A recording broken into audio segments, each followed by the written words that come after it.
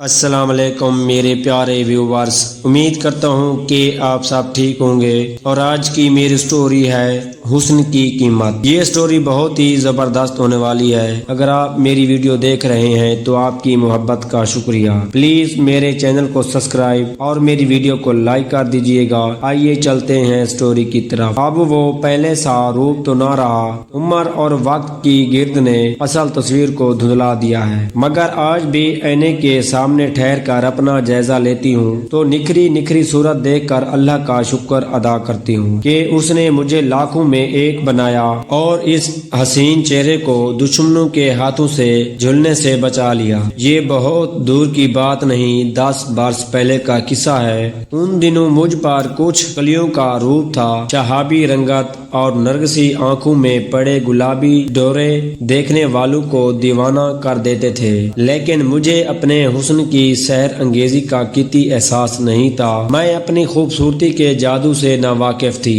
اور اس ناواقفیت میں اماں کی گہری تربیت کا ہاتھ تھا۔ جب سارا زمانہ مجھے حور شمیل گردانتا، تبھی اماں مجھے بد صورت اور نکمی صورت کہہ کر دھتکار دیا کرتی۔ انہوں نے بڑی دنائی سے کبھی محسوس نہ ہونے دیا کہ میں غیر معمولی طور پر حسین ہوں۔ وہ نہیں چاہتی تھی کہ میں اپنے حسن حبیدہ سے آشنا ہو جاؤں اور خود بینی اور خود آرائی پر میل ہو جاؤں۔ خوبصورتی میں اماں بھی کسی سے کم نہ تھی۔ اگر یہ کہوں کہ حسن بانٹتے وقت خدا تعالی نے میرے گھر والوں کے ساتھ بے حد فیاضی سے کام لیا تو بے جانا ہوگا۔ مجھ سے بڑے چاروں بھائی بھی مردانہ وجاہت کا پیکر تھے۔ میں گھر میں سب سے چھوٹی اور سبھی کی آنکھوں کا تارا تھی۔ اماں بابا نگاہوں ہی نگاہوں میں مجھ پر صدقے واری ہوتے تھے، مگر انہوں نے اپنی اس والہانہ چاہت کا کبھی اس طرح اظہار نہیں کیا کہ میں خود سر ہو جاؤں یا مجھے اپنی حسین شکل و صورت پر غرور ہو رہا ہو۔ پرائمری پاس کر کے سیکنڈری میں داخلہ لیا تو اسکول کی لڑکیوں نے میری صورت کو سراہنا اور مجھے باور کرانا شروع کیا کہ میں حسن کی ملکہ ہوں۔ وہ مجھ پر رشک کرتی تو ان کی ستائش بھری نظروں کا مفہوم سمجھ کر میرا انگ انگ خوشی سے ناچ اٹھتا۔ یہ عمر کا وہ حصہ تھا جب کسی کو چاہنے اور چاہ جانے کی خواہش شدید ہو جاتی ہے۔ جو حسن ہو تو دولت کی چاہ ہوتی ہے، مگر مجھے تو خدا نے حسن و دولت سبھی کچھ دے رکھا تھا۔ خود کو خوش نصیب کیوں نہ سمجھتی۔ انہی دنوں ایک سہیلی کی شادی میں ریان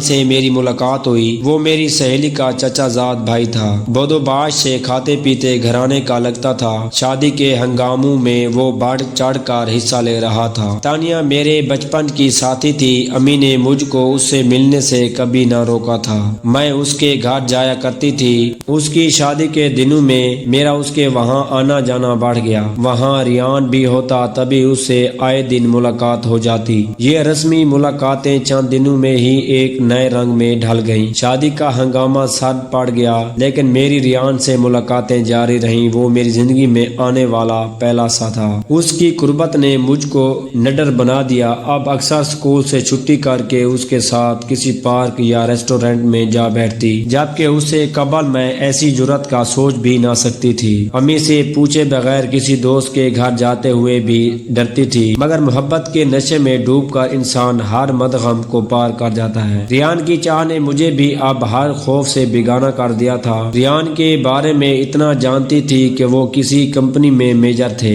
والدین پنجاب کے کسی قصبے میں رہتے ہیں اور زمینداری کرتے ہیں۔ اس کی والدہ کا انتقال ہو چکا تھا۔ ریان نے بتایا تھا کہ اس کے والد اس حد تک پرانے خیالات کے مالک ہیں کہ انہوں نے بھی ریل گاڑی کا سفر نہیں کیا ہے۔ وہ ابھی تک گھوڑ سواری کے دور میں جی رہے ہیں۔ کراچی جیسے شہر میں بھی آنے کا نہیں سوچتے، یوں بھی سفر ان کے لیے محال تھا۔ بڑھاپے اور بیماری نے ان کو سفر کے قابل نہ چھوڑا تھا۔ جب ماں کو علم ہوا کہ میں ریان سے شادی کی خواہش مند ہوں تو انہوں نے طریقے سے اپنے طور پر اس رشتے کا تذکرہ میرے بھائیوں سے کیا۔ وہ قطعی راضی نہ ہوئے۔ میں اپنے 4 بھائیوں کی اکلوتی بہن تھی۔ بھلا یہ لوگ کیوں میرا ہاتھ کسی غیر خاندان کے تنہا نوجوان کے ہاتھ میں دے دینا گوارا کر سکتے تھے۔ گھر والے اس کے ساتھ نہ تھے تو بھائی ریان کو لاوارث کہہ کر پکار رہے تھے، کہتے تھے کہ تنہا بیاہنے کو آنے والا لاوارث ہوتا ہے، ایسے کو بہن دے کر کیا ہم اپنی بہن کو بھی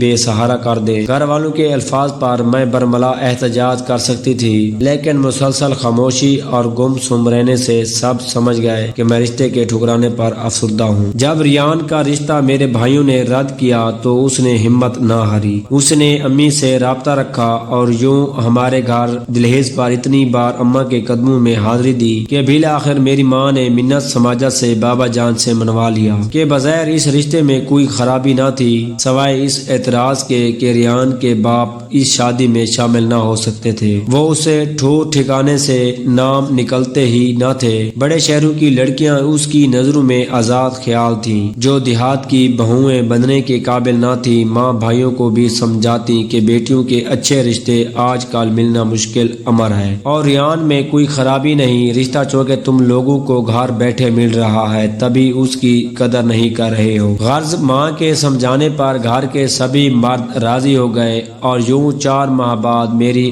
آرزو دھوم دھام کے ساتھ پوری ہو گئی۔ شادی کے بعد چند ماہ ریان نے مجھے شہر میں اپنے رشتہ دار کے گھر رکھا اور پھر گاؤں چلنے کی خواہش ظاہر کی۔ مجھ کو بھلا کیا اعتراض ہو سکتا تھا، میں تو خود اپنے سسرال والوں سے ملنے کو بے قرار تھی۔ جستجو تھی کہ دیکھو یہ کیسے لوگ ہیں، میں نے کبھی گاؤں کی زندگی دیکھی نہ تھی۔ سر سبز و شاداب کھیت، گنگنات ندیاں اور بلندیوں پر سے گرنے والے جھرنوں کا ترنم، دریا کی لہروں سے پھوٹتی موسیقی اور دیہات کے بارے ایسی ہی دل فریب حکایتیں اور پر لطف مناظر کتابوں میں پڑھے تھے یا فلموں میں یہ سب دیکھا تھا۔ جب جیون ساتھی نے خود ان دیکھی جنت کو دکھانے کی پیشکش کی تو دل بیلیوں اچھل گیا۔ شادی کے بعد پہلی بار سسرال جا رہی تھی، دل خوف زدہ بھی تھا کہ یہ لوگ شادی میں نہ آئے تھے، خدا جانے اب کیسا سواگت ہو اور کیسے پیش آئیں۔ سنا تھا کہ دیہاتی محبت والے اور سیدھے سادے ہوتے ہیں، مگر اندیشہ تھا کہ وہ بہو کے روپ میں ایک شہری لڑکی کو قبول کریں گے بھی یا نہیں۔ ان کو یہ دکھ تو ہوگا کہ اپنے ہاتھوں بیٹے کے سر پر سہرا نہ سجا پائے تھے۔ اگر یہ سٹوری آپ کو اچھی لگی ہو تو میرے چینل کو سبسکرائب اور میری ویڈیو کو لائک کر دیجیے گا۔